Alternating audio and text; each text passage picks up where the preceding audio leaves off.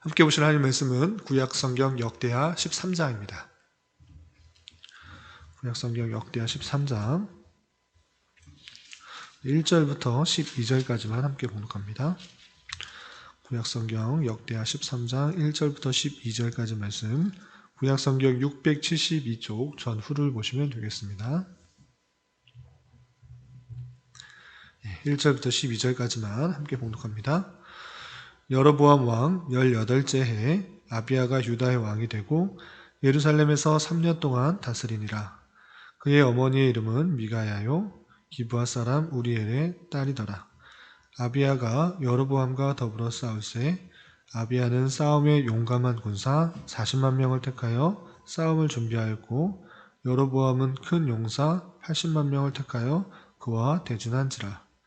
아비야가 에브라임 산 중 스마라임 산 위에 서서 이르되 여로보암과 이스라엘 무리들아 다 들으라. 이스라엘 하나님 여호와께서 소금 언약으로 이스라엘 나라를 영원히 다윗과 그의 자손에게 주신 것을 너희가 알 것이 아니냐. 다윗의 아들 솔로몬의 신하 느밧의 아들 여로보암이 일어나 자기의 주를 배반하고 남봉꾼과 잡배가 모여 따름으로 스스로 강하게 되어 솔로몬의 아들 르호보암을 대적하였으나 그때의 르호보암이 어리고 마음이 연약하여 그들의 입을 능히 막지 못하였었느니라. 이제 너희가 또 다윗의 자손의 손으로 다스리는 여호와의 나라를 대적하려 하는도다. 너희는 큰 무리요 또 여로보암이 너희를 위하여 신으로 만든 금송아지들이 너희와 함께 있도다. 너희가 아론 자손인 여호와의 제사장들과 르윗 사람들을 쫓아내고 이방 백성들의 풍속을 따라 제사장을 삼지 아니하였느냐? 누구를 막론하고 어린 수송아지 한 마리와 순양 7마리를 끌고 와서 장립을 받고자 하는 자마다 허무한 신들의 제사장이 될 수 있도다. 우리에게는 여호와께서 우리 하나님이 되시니 우리가 그를 배반하지 아니하였고 여호와를 섬기는 제사장들이 있으니 아론의 자손이요 또 레위 사람들이 수종들어 매일 아침 저녁으로 여호와의 앞에 번제를 드리며 분향하며 또 깨끗한 상에서 진선병을 놓고 또 금 분잔대가 있어 그 등에 저녁마다 불을 켜나니 우리는 우리 하나님 여호와의 계명을 지키나 너희는 그를 배반하였느니라. 하나님이 우리와 함께하사 우리의 머리가 되시고 그의 제사장들도 우리와 함께하여 전장에 나팔을 불어 너희를 공격하느니라. 이스라엘 자손들아 너희 조상들의 하나님 여호와와 싸우지 말라. 너희가 형통하지 못하리라. 아멘. 네, 감사합니다. 오늘 말씀 읽기 본문은 역대하 13장입니다. 우리가 다 알지 않았지만 역대하 13장에서는 남유다의 왕 아비야가 어떻게 이스라엘을 남유다를 통치했는지에 대한 내용이 나와 있습니다. 그래서 3년간의 짧은 생애이지만 통치 기간이지만 그가 했던 내용들이 어떤 것인지 핵심적인 내용들을 가르치고 있는데 그 내용들을 오늘 좀 살펴보도록 하겠습니다. 그래서 1절에서 보면 여로보암 왕 18째 해 아비야가 유다의 왕이 되었다 그랬습니다. 그래서 원래 통일 왕국이 솔로몬의 아들인 르호보암에 의해서 남유다는 르호보암이 다스렸고 또 북이스라엘은 여로보암이 다스리게 된 것입니다. 그런데 남유다를 다스렸던 르호보암은 늙어 죽게 되고 그 뒤를 이어서 르호보암의 아들인 아비야가 왕이 된 것입니다. 근데 그때가 언제인가 라고 했을 때는 여로보암 왕 18째 해에 르호보암이 죽고 아비야가 왕이 되었다라는 것입니다. 그렇게 왕이 되고 얼마나 다스렸는가 2절에 보면 예루살렘에서 3년 동안 다스렸다라고 했습니다. 그러니까 그 통치 기간이 길지 않은 것입니다. 3년이라는 짧은 통치 기간이지만 그가 어떤 일을 했었는가 그 내용을 좀 살펴보도록 하겠습니다. 3절 보면 아비야는 싸움에 용감한 군사 40만 명을 택하여 싸움을 준비하였다. 누구와 싸움을 준비하는가? 다른 나라가 아니라 북이스라엘과 싸움을 준비한 것입니다. 왜 그러한가? 라고 했을 때는 르호보암, 자신의 아버지인 르호보암이 왕위를 다스렸는데 그 왕의 권위를 인정하지 않고 배반을 하여서 하나님의 통치의 한 나라인데 그것을 따르지 않고 르호보암을 배반하여 나라를 세웠기 때문에 그 정권, 그 나라는 정통성을 잃어버린 나라다. 하나님을 따르지 않는 나라다. 그래서 그 배반으로 여겨서 하나님을 모욕하고 하나님의 곁을 떠난 것으로 인정하여 그의 잘못을 치기 위해서 계속적으로 전쟁을 치르는 것입니다. 그것은 아비야 때만 있었던 것이 아니고 그의 아버지였던 르호보암 때도 계속적으로 전쟁이 있었던 것입니다. 근데 더 많은 군사를 모은 것을 볼 수 있습니다. 아버지 왕 때는 약 18만 명이라는 그런 숫자를 데리고 전쟁을 치르려고 했는데 이제 자신은 40만 명을 택한 것입니다. 그러니까 훨씬 더 많은 군사를 모아서 큰 전쟁을 치르려고 하는 것입니다. 그런데 북이스라엘은 얼마나 그러면 군사들을 모아서 전쟁에 대비하였는가? 훨씬 더 인구 수가 많습니다. 남유다는 베냐민과 유다 두 지파밖에 없고 북이스라엘은 10지파가 있는 것입니다. 인구수가 훨씬 많기 때문에 거기서 뽑아오는 그런 군사들을 모으면 남유다보다 훨씬 많을 수밖에 없는 것입니다. 그래서 몇 명을 뽑아왔는가 보면 3절 후반절에 보면 여로보암은 큰 용사 80만 명을 택하여 대진하였다 되었습니다. 남유다는 40만 명, 그리고 북이스라엘은 80만 명, 2배나 되는 그런 차이가 나는 그런 군사들이 모인 것입니다. 이렇게 군사들이 모여서 전쟁을 앞두고 대진하였을 때 남유다의 왕인 아비야가 큰 산에 올라가서 그 진을 치고 있는 그 산에 올라가서 북이스라엘의 장수 왕이었던 여로보암과 그 북이스라엘 백성들에게 이렇게 두 가지를 일깨워 줍니다. 첫 번째는 무엇인가? 그것이 5절에 되어 있습니다. 5절 보면 이스라엘 하나님 여호와께서 소금 언약으로 이스라엘 나라를 영원히 다윗과 그의 자손에게 주신 것을 너희가 알 것이 아니냐. 소금 언약을 주신 것을 너희가 알지 않느냐라고 했습니다.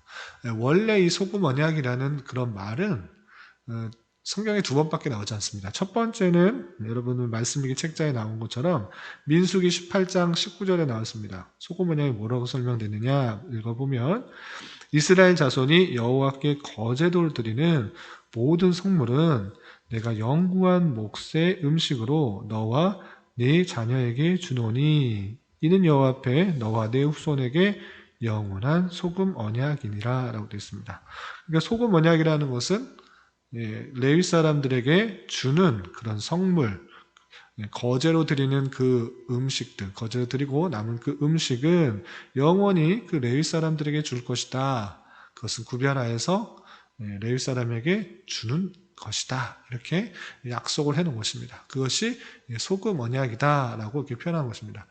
그러니까 소금 언약이라고 말하는 것의 뜻이 무엇인가라고 했을 때는 소금은 썩지 않는 것, 불면하는 것, 불변하도록 지키는 것, 변하지 않는다라는 그런 뜻이 담겨 있는 것입니다. 그렇기 때문에 원래 처음 쓰였을 때는 레위 사람들에게 드려지는 그 음식물에 해당되는 약속이었는데 여기서 지금 아비야가 표현하고 있는 소금 언약은 그것을 그대로 뜬 의미를 빌어서 쓴 것이 아니고 변하지 않는 언약이 있다라는 것들을 강조하기 위해서 소금 언약이라고 표현한 것입니다. 그렇다면 그 소금 언약은 무엇입니까? 다윗에게 하나님께서 약속하신 다윗 언약이라고 할 수 있는데 그 내용은 다름 아니라 이스라엘 나라를 영원히 다윗과 그의 자손에게 주시겠다 하는 하나님께서 주신 그런 약속이 있는데 그것을 너희가 알지 않느냐라는 것입니다. 그러니까 아비야가 말하고 있는 핵심 내용은 무엇이냐면 너희 정통성을 따르지 않는다. 너희가 하나님을 배반하여 떠났다라는 것입니다. 하나님께서 다윗과 그의 자손을 통해서 하나님의 나라 이스라엘이 영원히 지켜질 것이다 라고 분명히 말씀하셨는데 그 언약, 변하지 않는 그 소금 언약과 같은 그 언약이 있음에도 불구하고 너희는 그 자손, 다윗의 자손의 왕위를 잇는 사람을 떠났다, 배반하였다. 너희들 정통성을 떠난 것이고 하나님의 언약을 따르지 않은 것이다. 이렇게 말하고 있는 것입니다. 그리고 또 한 가지 지적하는 것은 무엇인가 라고 했을 때는 비슷한 의미인데, 예루살렘에 성전이 있어서 하나님을 섬기도록, 하나님만을 섬기도록 했는데, 너희들은 예루살렘에 와서 하나님을 섬기는 것이 아니라 곳곳에 산당을 만들어 놓고 마음대로 제사를 드리고, 또 레위 사람들과 제사장들이 그 하나님께 제사를 드리는 일을 해야 되는데 그 사람들을 다 쫓아내고 온전한 제사를 드리지 못하도록 했다. 우상 숭배에 빠졌다라는 것들을 지적하는 것입니다. 그것이 8절과 9절에 이렇게 되어 있습니다. 8절 보면 이제 너희가 또 다윗 자손의 손으로 다스리는 여호와의 나라를 대적하려 하는도다. 너희는 큰 무리요 또 여로보암이 너희를 위하여 신으로 만든 금송아지들이 너희와 함께 있도다. 하나님을 위하여 섬기는 것이 아니라 너희를 위하여 신으로 만든 금송아지가 너희와 함께 있다. 우상을 만들어 놨다. 그런 것입니다. 또 9절 너희가 아론 자손인 여호와의 제사장들과 레위 사람들을 쫓아내고 이방 백성들의 fun속을 따라 제사장을 삼지 아니하였느냐. 누구를 막론하고 어린 수송아지 한 마리와 순양 7마리를 끌고 와서 적립을 받고자 하는 자마다 허무한 신들의 제사장이 될 수 있도다 라고 하면서 북이스라엘에 만연하고 있던 우상 숭배의 모습들을 지적하고 있는 것입니다. 레위인 그리고 제사장, 이것은 하나님께서 정해주시고 그 계통을 통해서만 하나님께 제사를 드리고 제사를 드리는 일을 돕도록 한 것입니다. 그럼에도 불구하고 북이스라엘의 여로보암은 자신들을 위하여 송아지, 우상을 만들어 놓고 또한 그것을 섬길 사람을 제사장로 레위인 이런 사람을 한 것이 아니라 누구든지 많은 재물을 가지고 오면 제사장을 삼아서 그 일들을 섬길 수 있도록 했다. 그것은 하나님의 말씀을 떠나는 것이고 하나님을 제사하는 그 방법에서 떠났지 않느냐라는 것입니다. 두 가지를 지적하는데 첫 번째는 소금 언약을 떠난 이스라엘 백성들의 정통성을 지적하는 것과 하나님을 섬기는 데 있어서 바르게 섬기지 아니하고 있는 북이스라엘의 사람들을 지적하고 있는 것입니다.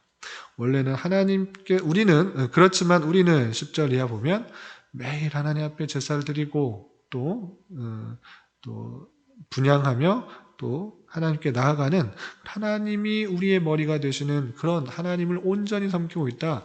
너희는 우상을 섬기고 있다. 이렇게 지적하고 있는 것입니다.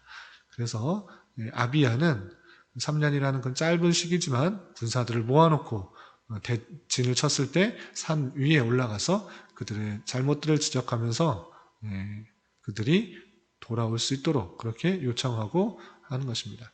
그런 모습을 보였을 때 많은 군사들, 80만 명이나 되는 군사들, 그리고 그 여로보암은 그 이야기를 듣고 회개하고 돌이키는 것이 아니라 그 이야기를 듣자 전쟁을 일으키는 것입니다.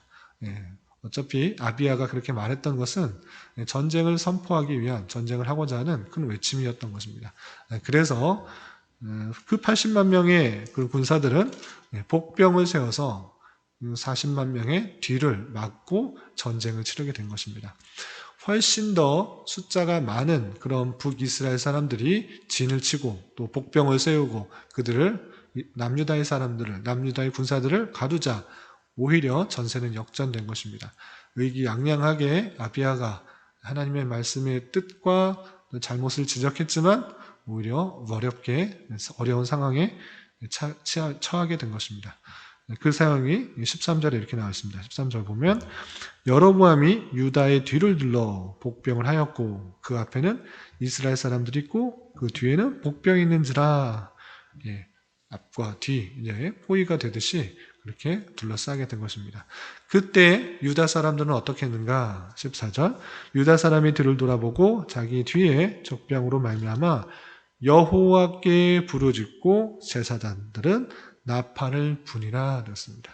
그렇게 되었을 때 두려웠던 것이 아니라 하나님을 부르짖었다. 하나님께 나아갔다. 하나님을 의지하였다라는 그 모습을 볼 수 있습니다. 그렇게 하나님께 부르짖고 제사장들을 나팔을 불 때 어떤 일이 있었는가? 15절 보면 유다 사람이 소리 지를 때 하나님이 여로보암과 온 이스라엘을 온 이스라엘을 아비야와 유다 앞에서 치시니 이스라엘 자손이 유다 앞에서 도망하는지라. 하나님이 그들의 손에 넘기셨으므로 아비야가 그 백성을 크게 무찌르니 이스라엘이 택한 병사들이 죽임을 당하고 엎드려진 자들이 50만 명이었더라. 80만 명 중에 50만 명이 죽임을 당했다라는 것입니다. 또 18절 보면 그때 이스라엘 자손이 항복하고 유다 자손이 이겼으니 이는 그들이 그들의 조상들의 하나님 여호와를 의지하였습니다. 라고 밝히고 있습니다. 그래서 80만 명과 40만 명의 그런 큰 전쟁에 있어서 하나님을 의지하는 그 남유다의 군사들이 북이스라엘의 군사들을 이겼다라는 내용으로 이 내용이 전체적으로 맞춰지게 됩니다. 그것을 통해 우리는 두 가지를 생각했으면 좋겠는데, 첫 번째로 아비야가 북이스라엘 사람들 그리고 여로보암에게 지적했던 내용들은 무엇입니까? 소금 언약들을 기억하지 못하느냐라고 지적했던 것입니다. 그러니까 하나님께서 다윗의 자손을 통해서 그 나라가 영구히 될 것이다 라고 지적했음에도 불구하고 그 하나님의 말씀을 떠난, 그 언약의 말씀을 떠난 북이스라엘을 지적하고 있는데, 우리 또한 하나님께서 주신 말씀, 언약의 말씀들을 굳게 믿고 그것을 떠나지 않고 살아가야 될 것입니다. 그 자세, 하나님 말씀, 하나님의 언약들을 붙들고 살아가는 자세가 우리에게 있어야 될 것이고, 그리고 다윗 언약 또는 소금 언약의 핵심적인 내용은 어디서 이루어지는가? 우리가 계속적으로 살펴본 것과 같이 예수 그리스도로 말미암아 완성되고 성취된다는 그 사실을 잊지 말고 예수 그리스도를 우리에게 주신 그 은혜들을 기억하며 하나님의 말씀, 하나님의 사랑, 하나님의 언약에서 떠나지 않도록 해야 될 것입니다. 또 한 가지, 숫자가 적었음에도 불구하고 아비야의 군대, 남유다의 군대가 승리할 수 있었던 이유는 하나님을 의지하고 하나님을 부르짖었기 때문에 승리할 수가 있었던 것입니다. 마찬가지로 오늘날의 우리의 삶에 있어서 우리를 애워싸고 우겨싸고 어떤 우리를 힘들게 하고 어렵게 하는 그런 상황이 찾아올 때 우리는 더욱더 하나님의 말씀을 근거하여 하나님의 언약을 근거하며 하나님을 의지하고 하나님께 나아가고 하나님께 부르짖을 때 하나님께서 그 부르짖음에 들으시고 우리에게 응답하여 주시며 승리케 해주신다는 사실들을 잊지 말아야 될 것입니다. 우리의 힘, 우리의 능력, 그것은 오직 하나님으로부터 온다는 사실들을 기억하며 하나님만을 의지하며 하나님께서 공급해 주시는 힘으로 날마다의 삶을 살아가기에 힘쓰는 우리가 되어야 될 것입니다. 이런 은혜가 저와 여러분, 우리 모두에게 있기를 진심으로 기원합니다. 기도하겠습니다. 하나님 아버지 감사합니다. 오늘 말씀을 통하여 르호보암의 아들 아비야가 유다의 왕이 되었을 때 소금 언약을 기억하며 북이스라엘과 싸웠던 모습을 살펴보았습니다. 우리 또한 우리가 어디에 있든지 간에 하나님의 언약을 붙들며 살아가게 하여 주시고 언제나 하나님을 의지하며 승리하는 자 되게 하여 주시옵소서. 주님, 나라와 민족을 위해 기도합니다. 이 나라가 정치적인 혼란과 경제적인 어려움, 코로나로 인한 곤고함 등 여러 가지 어려움 가운데 있습니다. 주님, 이 나라를 긍휼히 여겨주시고 하나님 보시기에 아름다운 모습으로 날로 설 수 있도록 주님 인도하여 주시옵소서. 또한 이러한 때에 이 땅에 하나님의 백성들이 더욱더 겸비하여 하나님의 뜻을 찾고 부르짖게 하여 주시고 주님 주신 뜻에 순종하며 살아가기에 힘쓸 수 있는 자 되게 하여 주시옵소서. 특별히 이 나라의 위정자들을 붙들어 주시고 지혜와 능력을 더하여 주시사 투명하고 공명정대한 정치 속에서 자유와 민주화 평화 속에서 백성들이 삶을 살아가는 데 부족함이 없도록 인도하여 주시옵소서.